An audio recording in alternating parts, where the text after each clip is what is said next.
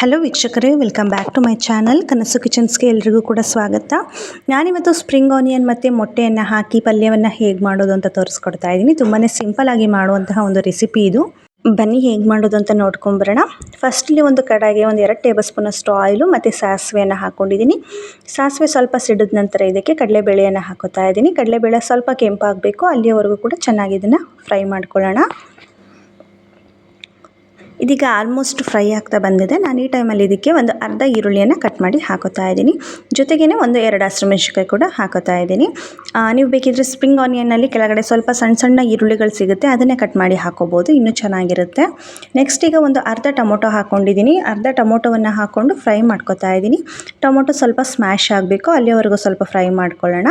ಈಗ ನೆಕ್ಸ್ಟ್ ಇದಕ್ಕೆ ಒಂದು ಅರ್ಧ ಸ್ಪೂನಷ್ಟು, ಅರ್ಧಕ್ಕಿಂತ ಇನ್ನೂ ಕಡಿಮೆನೇ ಹಾಕ್ಕೊಟ್ರೂ ಪರವಾಗಿಲ್ಲ, ಸ್ವಲ್ಪ ಶುಂಠಿ ಬೆಳ್ಳುಳ್ಳಿ ಪೇಸ್ಟನ್ನು ನಾನಿಲ್ಲಿ ಯೂಸ್ ಮಾಡ್ತಾ ಇದ್ದೀನಿ. ಫ್ಲೇವರ್ ಚೆನ್ನಾಗಿ ಬರುತ್ತೆ, ಸೊ ಹಾಗಾಗಿ.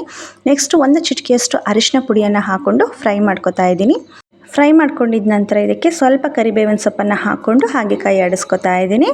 ಕರಿಬೇವಿನ ಸೊಪ್ಪನ್ನೆಲ್ಲ ಹಾಕ್ಕೊಂಡು ಈಗ ಸಣ್ಣದಾಗಿ ಕಟ್ ಮಾಡಿರುವಂತಹ ಸ್ಪ್ರಿಂಗ್ ಆನಿಯನ್ನ ಹಾಕೋಬೇಕಾಗುತ್ತೆ. ಎಷ್ಟು ಬೇಕಷ್ಟು ನೋಡಿಕೊಂಡು ಹಾಕೋತಾ ಇದ್ದೀನಿ. ಆ ಗೊಜ್ಜಿಗೆ ಎಷ್ಟು ಆಗುತ್ತೆ ಅಷ್ಟನ್ನೇ ನಾನು ಹಾಕ್ಕೊಂಡಿದ್ದೀನಿ. ಈಗ ಸ್ಪ್ರಿಂಗ್ ಆನಿಯನ್ನ ಹಾಕ್ಕೊಂಡು ಚೆನ್ನಾಗಿ ಇದನ್ನು ಫ್ರೈ ಮಾಡ್ಕೋಬೇಕಾಗುತ್ತೆ.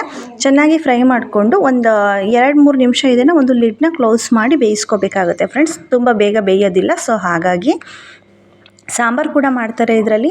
ಸಾಂಬಾರಿಗಿಂತ ಈ ರೀತಿ ಪಲ್ಯ ಮಾಡ್ಕೊಂಡು ತಿಂದ್ರೇ ತುಂಬ ಚೆನ್ನಾಗಿರುತ್ತೆ, ಸೊ ಹಾಗಾಗಿ ನಾನು ಪಲ್ಯವನ್ನೇ ತೋರಿಸ್ಕೊಡ್ತಾ ಇದ್ದೀನಿ.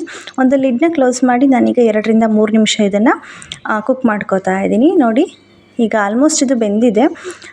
ಇನ್ನೂ ಸ್ವಲ್ಪ ಮೊಟ್ಟೆ ಎಲ್ಲ ಹಾಕಿದ್ಮೇಲೆ ಇನ್ನೂ ಚೆಂದ ಬೆಂದು ಹೋಗ್ಬಿಡುತ್ತೆ. ಈಗ ಆಲ್ಮೋಸ್ಟ್ ಇದು ರೆಡಿಯಾಗಿದೆ. ನಾನೀಗ ಇದಕ್ಕೆ ಸ್ವಲ್ಪ ಸಾಲ್ಟನ್ನು ಸೇರಿಸ್ಕೊತಾ ಇದ್ದೀನಿ.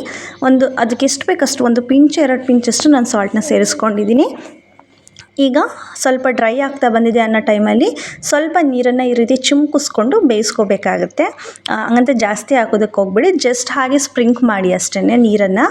ಈಗ ಆಲ್ಮೋಸ್ಟ್ ರೆಡಿ ಆಗ್ತಾ ಬಂದಿದೆ. ಈ ಟೈಮಲ್ಲಿ ಇದನ್ನೆಲ್ಲ ಸಪ್ರೇಟ್ ಮಾಡಿ, ನೀರನ್ನು ಹಾಕಿದ ತಕ್ಷಣ ಮೊಟ್ಟೆಯನ್ನು ಹಾಕಿಬಿಡಿ. ನೀರನ್ನು ಸ್ವಲ್ಪ ಸ್ಪ್ರಿಂಕಲ್ ಮಾಡಿದ ನಂತರ ಒಂದು 2-3 ನಿಮಿಷ ಇದನ್ನು ಚೆನ್ನಾಗಿ ಫ್ರೈ ಮಾಡಿಕೊಂಡು ನಂತರ ಈ ರೀತಿ ಮಧ್ಯಭಾಗದಲ್ಲಿ ಒಂದು 2 ಮೊಟ್ಟೆಗಳನ್ನ ಹೊಡೆದಾಕೋತಾ ಇದ್ದೀನಿ ನಾನು. ನಿಮಗೆ ಎಷ್ಟು ಬೇಕೋ ಅಷ್ಟು ಹಾಕ್ಕೊಳ್ಳಿ. ಈಗ ಆ ಮೊಟ್ಟೆ ಮೇಲೇ ಸ್ವಲ್ಪ ಖಾರದ ಪುಡಿ ಮತ್ತು ಸ್ವಲ್ಪ ಸಾಲ್ಟನ್ನು ಸೇರಿಸ್ಕೊಂಡಿದ್ದೀನಿ. ಇಷ್ಟನ್ನು ಹಾಕ್ಕೊಂಡು ಒಂದು 2 ನಿಮಿಷ ಬಿಟ್ಬಿಟ್ಟು ಇದನ್ನು ಮೊಟ್ಟೆನ ಚೆನ್ನಾಗಿ ಹುರ್ಕೋಬೇಕಾಗುತ್ತೆ. ಅದ್ರ ಜೊತೆಗೇ ಸ್ವಲ್ಪ ದಪ್ಪ ದಪ್ಪ ಉಡಿ ಬರಲಿ ಅನ್ನೋದಕ್ಕೋಸ್ಕರ ಒಂದು 2 ನಿಮಿಷ ಬಿಟ್ಟು ಫ್ರೈ ಮಾಡ್ಕೋಬೇಕು ಅಷ್ಟೇ. ಇಲ್ಲಾಂದರೆ ಫುಲ್ ಎಲ್ಲ ಕಚ್ಚಿಪಿಚ್ಚಿಯಾಗಿ ಸಣ್ಣ ಸಣ್ಣ ಆಗೋಗ್ಬಿಡುತ್ತೆ. ಮೊಟ್ಟೆ ತಿನ್ನೋದಕ್ಕೆ ಬಾಯಿಗಷ್ಟು ಚೆನ್ನಾಗಿ ಅನಿಸೋದಿಲ್ಲ, ಸೊ ಹಾಗಾಗಿ ನೋಡಿ ಈ ರೀತಿ ದಪ್ಪ ದಪ್ಪ ಆಗಿ ಸಿಕ್ಕರೆ ಚೆನ್ನಾಗಿರುತ್ತೆ. ಈಗ ಮೊಟ್ಟೆನೆಲ್ಲ ಹಾಕ್ಕೊಂಡು ಚೆನ್ನಾಗಿ ನಾನಿಲ್ಲಿ ಫ್ರೈ ಮಾಡ್ಕೋತಾ ಇದ್ದೀನಿ. ಅದು ಹಸಿ ಅಂತ ಅನ್ನಿಸ್ಬಾರ್ದು, ಸೊ ಹಾಗಾಗಿ ಐ ಫ್ಲೇಮ್ನಲ್ಲೇ ಇಟ್ಕೊಂಡು ಚೆನ್ನಾಗಿ ಇದನ್ನು ಫ್ರೈ ಮಾಡ್ಕೊಳ್ಳಿ. ಈಗ ಫೈನಲಿ ಇದು ರೆಡಿ ಆಗಿದೆ. ಇಷ್ಟೇ, ಚೆನ್ನಾಗಿ ಫ್ರೈ ಮಾಡ್ಕೊಂಡಿನ ಥರ ಚಪಾತಿ ಮತ್ತು ದೋಸೆ ಜೊತೆ ತುಂಬಾ ಚೆನ್ನಾಗಿರುತ್ತೆ. ಯಾರಿಗೆಲ್ಲ ಈ ಒಂದು ರೆಸಿಪಿ ಇಷ್ಟ ಆಗಿದೆಯೋ ಪ್ಲೀಸ್ ಲೈಕ್ ಮಾಡಿ, ಶೇರ್ ಮಾಡಿ, ಹಾಗೆ ನಮ್ಮ ಚಾನಲನ್ನು ಸಬ್ಸ್ಕ್ರೈಬ್ ಮಾಡ್ಕೊಳ್ಳೋದನ್ನ ಮರಿಬೇಡಿ. Thank you for watching.